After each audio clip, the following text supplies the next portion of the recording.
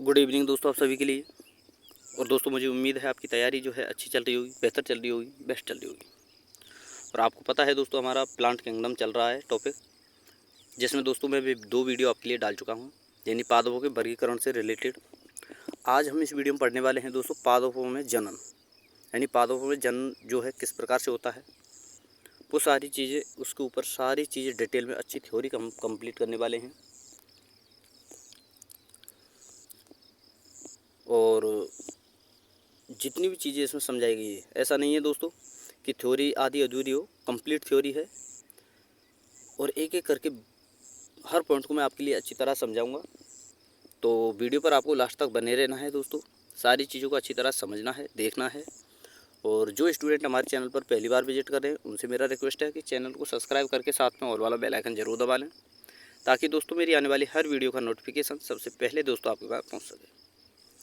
ठीक है दोस्तों, तो चलिए दोस्तों वीडियो को हम शुरू करते हैं बिना किसी देरी के। और हमारा टॉपिक है पादप जनन, यानी रिप्रोडक्शन, यानी जनन किस प्रकार से होता है पादपों में। तो चलिए दोस्तों, अपनी पेन कॉपी उठा लीजिए और तैयार रहिए और नोट्स बनाते रहिए। और जो चीज़ें समझ में ना आए तो थोड़ा सा वीडियो को रिवाइज करके आप देख लेना। सारी चीज़ें अच्छी तरह से और आसान भाषा पे यहाँ पर दी गई हैं, तो आपको अच्छी तरह से समझ में आएगा। तो चलिए दोस्तों, हम शुरू करते हैं सबसे पहले कि पादपों में जनन जो है किस प्रकार से होता है। और आपको पता है दोस्तों, पादप भी एक प्रकार का सजीवी है, ठीक है, लेकिन चल फिर नहीं सकते। लेकिन जो चीज़ें, जो जीव बच्चे उत्पन्न कर सके, वो सारे के सारे जनन करते हैं, जो कि सजीव हैं। तो देखिए दोस्तों, यहाँ पर फर्स्ट पॉइंट दिया गया है, सजीवों द्वारा अपने समान संतान उत्पन्न करने की क्रिया क्या कहलाती है दोस्तों? जनन। जनन का उद्देश्य अपनी जाति के जीवों की संख्या बढ़ाना है। जनन क्यों किया जाता है? ताकि उनकी संख्या, उनका जो क्लास है यानी वर्ग है, उसमें वृद्धि हो, उनकी संख्या बढ़े। तो देखिए दोस्तों, पादपों में जनन 2 प्रकार का होता है। एक तो अलैंगिक जनन, एसेक्सुअल रिप्रोडक्शन। एक होता है दोस्तों लैंगिक जनन, यानी दोस्तों सेक्सुअल रिप्रोडक्शन। अब दोस्तों, लैंगिक जनन जो होता है वो किस प्रकार से होता है, और अलैंगिक जनन किस प्रकार से होता है, वो दोनों चीज़ें यहाँ पर दी गई हैं। तो चलिए दोस्तों, सबसे पहले हम पढ़ते हैं अलैंगिक जनन के बारे में।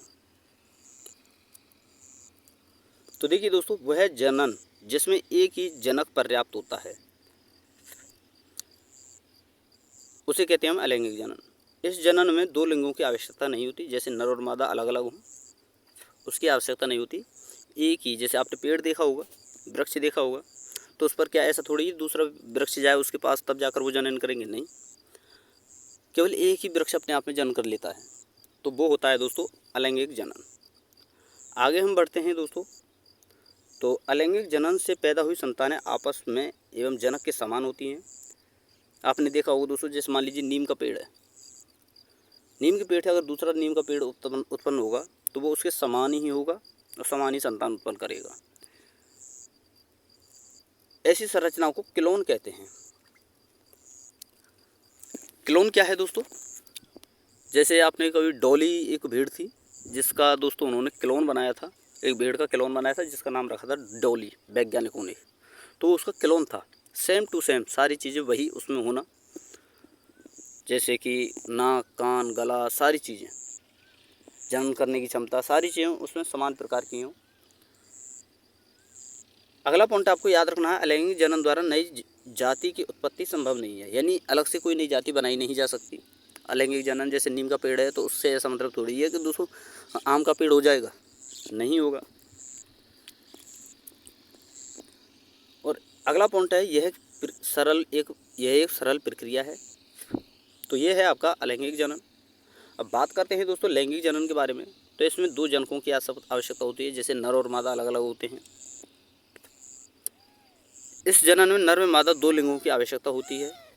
वहीं अगर हम आगे देखें तो लैंगिक जनन में पैदा हुई संतानों में भिन्नताएं आती हैं। जैसा आपने देखा होगा, जैसे कि कोई माता पिता हैं, तो उनकी संतान पैदा हो जाए तो उसका चेहरा अलग होगा, उसके लक्षण अलग होंगे। कुछ लक्षण मिल सकते हैं, लेकिन ऐसा नहीं सारे लक्षण मिलें, कुछ लक्षण अलग होंगे, ठीक है। इसी प्रकार अगला पॉइंट आपको याद रखना है, लैंगिक जनन द्वारा नई जाति उत्पन्न की जा सकती है। यह एक जटिल प्रक्रिया है। तो यह है आपका दोस्तों अलैंगिक जनन और यह है आपका लैंगिक जनन। अब दोस्तों यहाँ पर आगे आपको याद रखना है, अलैंगिक जनन एक विशेष प्रकार कायिक जनन या कायिक प्रवर्धन है, जिसमें जो अलैंगिक जनन जो होता है वह क्या कहलाता है दोस्तों, एक प्रकार का कायिक जनन यानी कायिक प्रवर्धन, जिसमें किसी पादप की जड़, तना, पत्ती से नए पादप का निर्माण किया जाता है। अब चलिए दोस्तों, अलैंगिक जनन जो है इसके बारे में एक एक करके सारे पॉइंटों को हम पढ़ते हैं जो कि इम्पोर्टेंट हैं। तो देखिए दोस्तों, जैसे कि जड़ द्वारा कायिक प्रवर्धन होता है, किस किस में होता है, ये एग्जाम्पल आपको याद रखने हैं, डायरेक्टली एग्जाम्पल पूछे जाते हैं, जैसे शीशम, शकरकंद, परवल, डहेलिया, एस्परगस ये आदि। इसी प्रकार तनई के द्वारा भी होता है, जैसे गुलाब, आलू, हल्दी, अदरक, पुदीना, स्ट्रॉबेरी, जमीकंद, दूब घास, गन्ना, प्याज आदि। नोट, लहसुन आपको याद रखना है दोस्तों, लहसुन में पत्रकलिका के द्वारा कायिक जनन होता है। तो ये कायिक जनन जो तने के द्वारा कायिक प्रवर्धन होता है, ये भी आपको याद रखने हैं, एग्जाम्पल पूछे जाते हैं।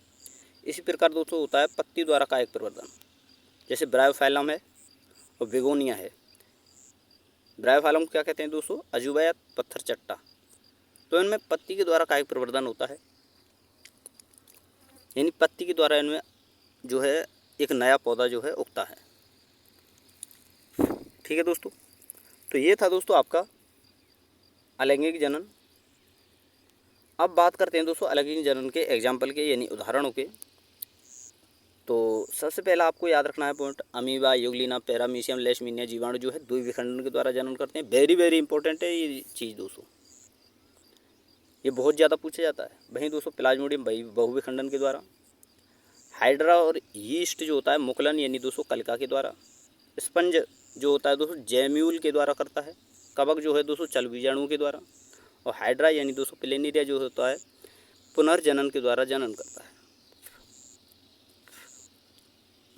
और आपको अगला पॉइंट आपको याद रखना है, बहुत इंपॉर्टेंट है दोस्तों, कि हाइड्रा जो होता है दोस्तों लैंगिक और अलैंगिक दोनों प्रकार से जनन करता है। अगला पॉइंट आपको याद रखना है अनिषेचन जनक जनन। ये क्या होता है, बिना निषेचन के भ्रूण या फल निर्माण की प्रक्रिया क्या कहलाती है दोस्तों, अनिषेचक जनन। इस विधि द्वारा बिना बीज वाले फल तैयार किए जाते हैं, जैसे तरबूज हुआ, आपका केला हुआ, ये बिना फल बीज वाले होते हैं ना, ये किसके द्वारा तैयार किए जाते हैं, अनिषेचक जनन के द्वारा। अगला आपको याद रखना है असंगक जनन। ये क्या है दोस्तों, बिना निषेचन के बीज का निर्माण होना।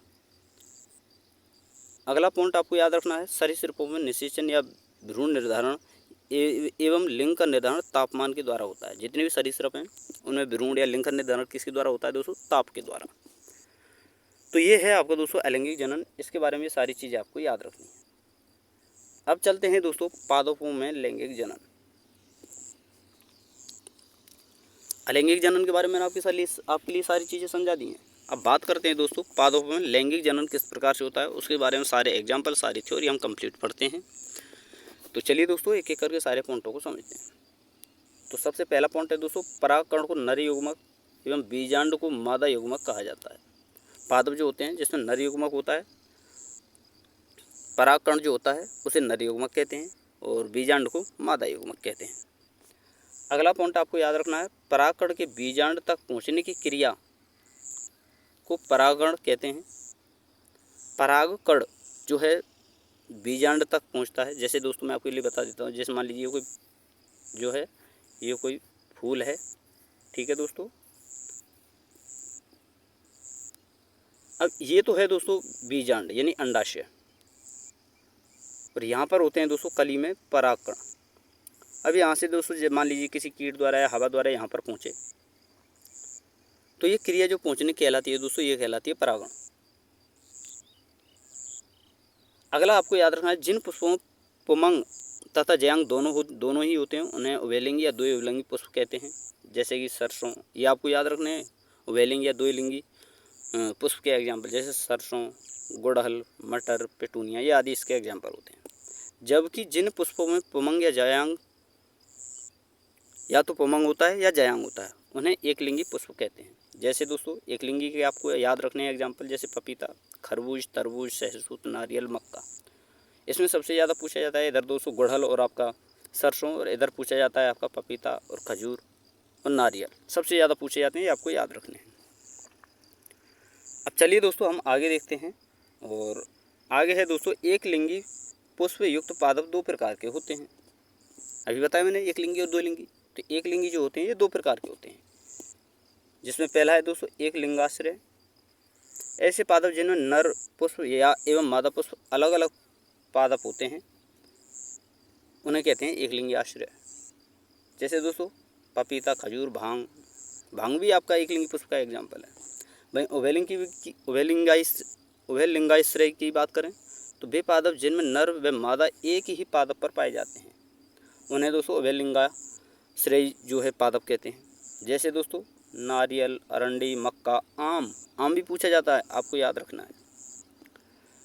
अब चलते हैं अगले पॉइंट पर दोस्तों। तो किसी पुष्प के परागकणों का उसी पुष्प या उसी पादप के अन्य पुष्प के बीजांड तक पहुंचना स्वपरागण कहलाता है। स्वपरागण किसे कहते हैं दोस्तों? जैसे मान लीजिए कोई पुष्प है, एक सिंगल पुष्प है, और उसी के परागकणों का उसी के बीजांड पर पहुंचना क्या कहलाता है? स्वपरागण, जो कि एक ही पुष्प में होता है, उसके लिए दूसरे पुष्प की आवश्यकता नहीं होती। ठीक है दोस्तों, तो ये होता है स्वपरागण। अब चलिए दोस्तों आगे हम देखते हैं। स्वपरागण दो प्रकार का होता है, एक तो ऑटोगैमी, एक होता है जियोटोनोगैमी।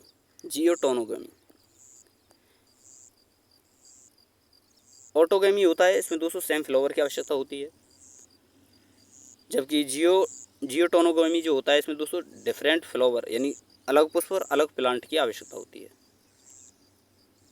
ठीक है, आगे हम बात करते हैं किसी पुष्प के परागकणों का अन्य पादप के किसी पुष्प के बीजांड तक जाना परपरागण कहलाता है। परपरागण और स्वपरागण दो प्रकार का होता है, जिसमें जीनोगैमी आनुवांशिक रूप से भिन्न पादपों के मध्य परागण जो होता है उसे कहते हैं जीनोगैमी। अगला पॉइंट आपको याद रखना है, परपरागण जैविक माध्यमों से तथा अजैविक माध्यमों से हो सकता है। यानी परपरागण जो होता है जैविक और अजैविक दोनों प्रकार के माध्यमों से हो सकता है। तो ये चीज़ आपको याद रखनी है स्वपरागण में। अब चलिए दोस्तों हम आगे देखते हैं। अजैविक माध्यम निम्न प्रकार के होते हैं, जैसे जल परागण। जल परागण में कौन कौन से एग्जाम्पल हैं दोस्तों? ब्रायोफाइट और टेरिडोफाइट पादपों में होता है। वायु परागण जो होता है दोस्तों ये घासों में होता है। ऐसे पादपों में परागण हल्के, ना चिपकने वाले, शुष्क व पंखयुक्त होते हैं। घासों में क्या होता है दोस्तों? वायु परागण, और ब्रायोफाइटा और टेरिडोफाइटा में जल परागण होता है।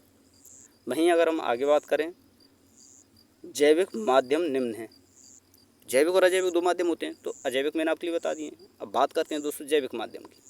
तो पहला है दोस्तों कीट परागण, जैसे मक्खी या तितलियों द्वारा। ऐसे पादपों में परागण चिपचिपे होते हैं, जो कि मक्खी हुई, जैसे कोई अन्य कीट हुआ, तो क्या होता है दोस्तों उसके पैरों से, जैसे मान लीजिए कोई तितली बैठी किसी फूल पर, तो उसमें क्या होगा, उस फूल के परागण जो है दोस्तों उस तितली के पैर पर चिपक कर किसी दूसरे जो है पुष्प पर अगर वो जाकर बैठ जाए तो वहाँ पर वो पहुँच जाएंगे और वहाँ पर वो निषेचन करने लगेगा परागण। तो वो होता है दोस्तों कीटों के द्वारा परागण। अब होता है दोस्तों सांप द्वारा परागण, जो कि चंदन में होता है केवल। चमगादड़ द्वारा परागण केवल किस में होता है दोस्तों? कदम्ब में और कैक्टस में। और पक्षियों द्वारा परागण ऑर्थेनोफिली कहलाता है। यहीं दोस्तों चींटियों द्वारा परागण जो है मरमेकोफिली कहलाता है। तो ये आपको याद रखने हैं ये सारी चीज़ें। अब चलिए दोस्तों हम आगे देखते हैं। आगे हम बात करते हैं दोस्तों इसके कुछ अन्य पॉइंटों के बारे में, जिसमें पहला आपको याद रखना है, परागण की क्रिया के बाद परपरागण एवं बीजांड संपर्क में आते हैं। यह दो क्रियाएं होती हैं।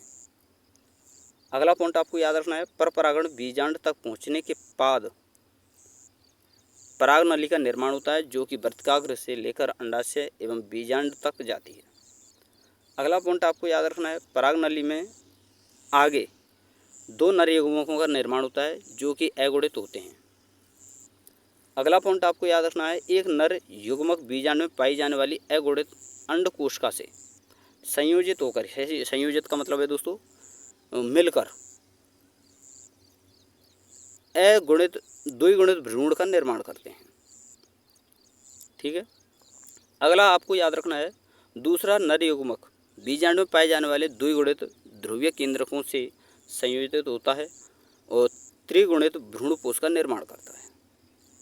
एक नर युग्मक से दूसरा एक गुणित से द्विगुणित, द्विगुणित से त्रिगुणित भ्रूणपोष का निर्माण होता है। ये चीज़ें आपको याद रखनी है। अब चलिए दोस्तों हम आगे देखते हैं। और दोस्तों कंटेंट आपको पसंद आ रहा हो तो वीडियो को लाइक करते चलें, शेयर करते चलें। और जिन स्टूडेंटों ने अभी तक हमारे चैनल को सब्सक्राइब नहीं किया है उनसे मेरा रिक्वेस्ट है कि चैनल को सब्सक्राइब करके साथ में ऑल वाला बेल आइकन जरूर दबा लें, ताकि दोस्तों मेरी आने वाली हर वीडियो का नोटिफिकेशन सबसे पहले दोस्तों आपके पास पहुँच सके। अब बात करते हैं दोस्तों द्विनिषेचन और त्रियक निषेचन यानी दोस्तों संलयन की। तो द्विनिषेचन भ्रूण या बीज का निर्माण होता है इसके द्वारा, और त्रिक संलयन के द्वारा भ्रूणपोष का निर्माण होता है। अगला पॉइंट आपको याद रखना है कि परागकणों को पोषण टिपेटम संरचना द्वारा प्रदान किया जाता है, जबकि भ्रूण या बीज को पोषण जो है भ्रूणपोष के द्वारा प्रदान किया जाता है। अगला पॉइंट आपको याद रखना है, भ्रूण एवं भ्रूणपोष से मिलकर बीज का निर्माण होता है। अगला पॉइंट आपको याद रखना है कि भ्रूण या बीज एक द्विगुणित संरचना है, जबकि भ्रूणपोष एक त्रिगुणित संरचना है। और इससे अगला पॉइंट आपको याद रखना है कि परिपक्व बीजांड को बीज कहते हैं, जबकि परिपक्व अंडाशय को क्या कहते हैं दोस्तों? फल। परिपक्व बीजांड को बीज, जबकि परिपक्व अंडाशय को क्या कहते हैं दोस्तों? फल। अब चलिए दोस्तों हम आगे देखते हैं। आगे हम बात करते हैं दोस्तों अगले पॉइंट के बारे में कि फल का निर्माण होते समय बीज आवरण फलावरण में बदल जाता है, शेष सभी संरचनाएं सूख कर झड़ जाती हैं। अगला पॉइंट आपको याद रखना है, एक बीजपत्री पादपों में बीज का एक ही आवरण होता है, जैसे दोस्तों बीज चोल कहते हैं, जबकि द्विबीजपत्री पादपों में बीज के दो आवरण होते हैं, जिसमें बाहरी आवरण को कहते हैं दोस्तों टेस्टा और आंतरिक आवरण को कहते हैं दोस्तों टैगमेन। ठीक है दोस्तों। अगला पॉइंट आपको इसमें याद रखना है कि बीज आवरण फल निर्माण के समय फलावरण का निर्माण करता है। बीज आवरण जो होता है फल निर्माण के समय फलावरण का निर्माण करता है। आगे हम चलते हैं दोस्तों और आगे हम बात करते हैं, ये रहा फलावरण की 3 परतें होती हैं, जैसे एपिकार्प यानी बाहरी परत, मेसोकार्प मध्य परत और एंडोकार्प आंतरिक परत। एपिकार्प सामान्यतः फल का छिलका जो है वो बनाती है, जैसे नारियल में एपिकार्प कठोर होता है। आम का खाने योग्य भाग मध्य भाग फलभित्ति कहलाता है। एंडोकार्प गुठली या बीज के पास होता है, ये आपको याद रखना है। और जिन फसलों का निर्माण अंडाशय से होता है वे सत्य फल यानी वास्तविक फल कहलाते हैं। तो सत्य फल और वास्तविक फल के बारे में पूछा जाता है तो आपको याद रखना है। अब चलिए दोस्तों आगे हम चलते हैं। एंडोकार्प गुठली या बीज के पास होती है। जिन फसलों में अंडाशय का निर्माण होता है वे सत्य फल यानी वास्तविक फल कहलाते हैं। और जिन फसलों का निर्माण अंडाशय के अलावा अन्य भाग से होता है उन्हें हम क्या कहते हैं दोस्तों? आवासी फल। अब इसके एग्जाम्पल आपको याद रखना है, जैसे लीची है, एक एरेल है। आवासी फल की बात कर रहा हूँ दोस्तों, जैसे सेब व नाशपाती है पुष्पांशन के द्वारा। सहतूत व अनानास और कटहल जो होते हैं ये भी दोस्तों आवासी फल के एग्जाम्पल हैं। तो इस प्रकार से ये सारी चीज़ें मैंने आपके लिए बताई। तो दोस्तों वीडियो अगर आपको अच्छी लगी हो तो वीडियो को लाइक कर देना है, शेयर कर देना है। और ये चीज़ें जो मैंने बताई दोस्तों आपको जिन स्टूडेंट ने नोट्स बनाए तो उनसे मेरा रिक्वेस्ट है एक बार इन्हें रिवाइज करें। अगर समझ में नहीं आया फिर एक बार वीडियो देखें, फिर समझ में नहीं आया दूसरी बार वीडियो देखें, लेकिन सारी चीज़ों को अच्छी तरह से समझें। ठीक है दोस्तों, तो आज का ये टॉपिक था आपका पादप जनन जो कंप्लीट हो चुका है। और वीडियो अगर आपको अच्छी लगी हो तो वीडियो को लाइक कर देना है, शेयर कर देना है। और जिन स्टूडेंटों ने अभी तक हमारे चैनल को सब्सक्राइब नहीं किया है उनसे मेरा रिक्वेस्ट है कि चैनल को सब्सक्राइब करके साथ में ऑल वाला बेल आइकन जरूर दबा लें, ताकि दोस्तों मेरी आने वाली हर वीडियो का नोटिफिकेशन सबसे पहले दोस्तों आपके पास पहुँच सके। तो थैंक यू दोस्तों, धन्यवाद। फिर मिलते हैं नई वीडियो के साथ।